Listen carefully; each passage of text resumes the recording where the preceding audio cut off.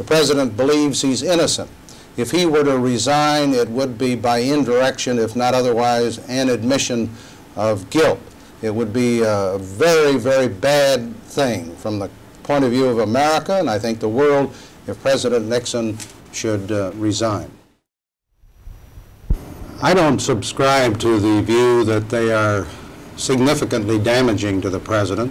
There are some differences, but even if you assume those differences are accurate, in my judgment, they aren't sufficient from the point of view of evidence to justify an impeachment vote against the President.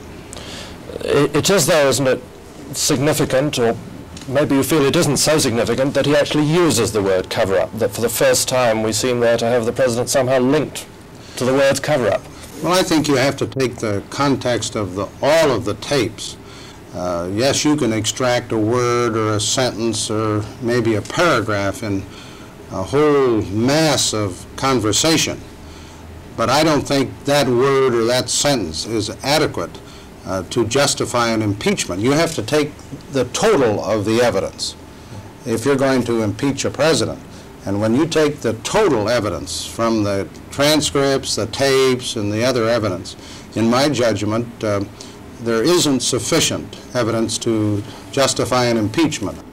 There's not too much wrong with America at the moment, but still people say, don't they, I've heard it suggested among members of Congress, that the best solution out of this whole Watergate problem would be if the President were to step down and to hand over to you. Aside from my involvement, I think it would be the wrong thing for the President to do. The President believes he's innocent. If he were to resign, it would be by indirection, if not otherwise, an admission of guilt. I believe the President's innocent of any impeachable offense. I don't think the evidence is there to convict him. Under those circumstances, in my judgment, it would be a very, very bad thing from the point of view of America, and I think the world, if President Nixon should resign. Could I ask you what it is that makes you so certain about Mr. Nixon's innocence? Is it that you have, as it were, looked him straight in the eye and asked him about this position? I've talked to him about it many times, and on every occasion he has said and reiterated, re-emphasized that he had no part whatsoever in the cover-up. And that's the only area where there is any valid evidence that even a scintilla of evidence, I should say, that he was involved. He certainly wasn't involved in the planning and the execution of the break-in.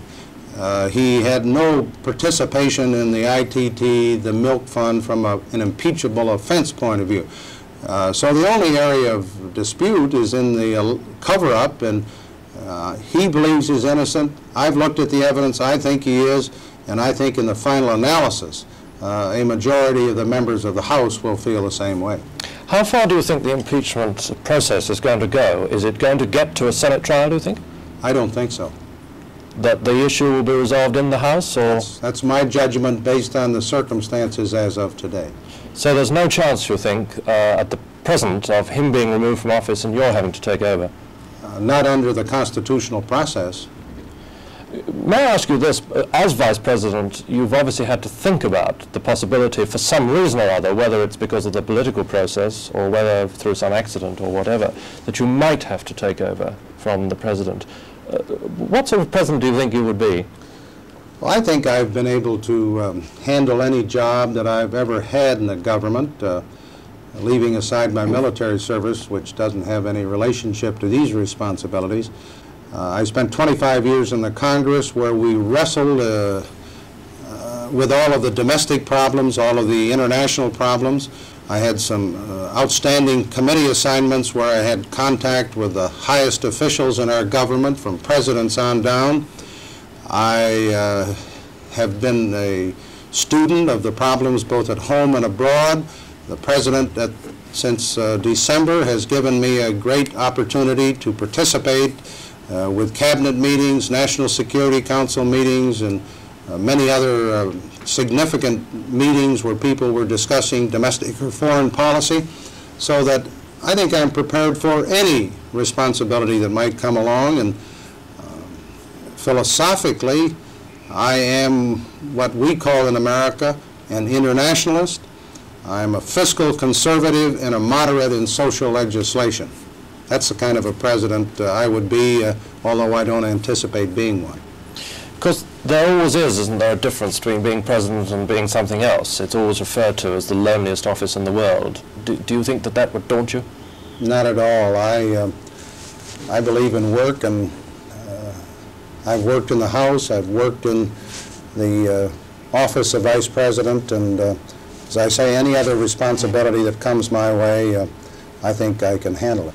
You are the front runner in all the polls. What are the chances that you would run? The chances are literally zero, because I have said and reiterated, as you've indicated, that I have no intention of being a candidate for any political office in 1976. I foresee no change.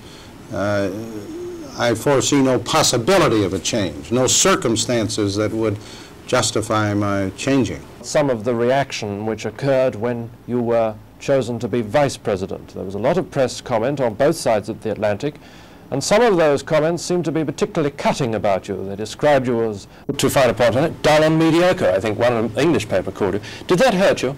Not at all, because if you're in the political arena in the United States, those are mild comments compared to what we get in our campaigns. As long as I have faith that those charges are inaccurate, which I do, and as long as I have evidence which discounts that, which I do, what somebody says who doesn't know the facts really doesn't bother me any. You certainly don't feel a dull and mediocre person yourself. No, you know, we've had a lot of charismatic politicians in America. Most of them never got anything done. They make a good appearance, they make fine speeches, but they never really do anything effectively. And my answer to that, assuming these allegations or names are accurate, I'd rather have that reputation and be a doer than a charismatic person and accomplish nothing. You've certainly been all over America. What do you find that, away from Washington, people's reaction generally is to Watergate, the biggest scandal that there's ever been in America's history? I think there's a disillusionment, and I think that's understandable. I think what's happened in the Watergate situation has alerted the American people that they have to do something affirmatively to make certain that in the future, hopefully, there will not be a repetition. As you know, there have been scandals in other administrations. There have been all kinds of, over the years, some allegations and some truth to the fact that there was dishonesty in government. I think the Watergate situation with the indictments and maybe some convictions and some pleas of guilty, this has been sort of a move now that the American people want to stop it, and I hope they will. Thank you very much indeed.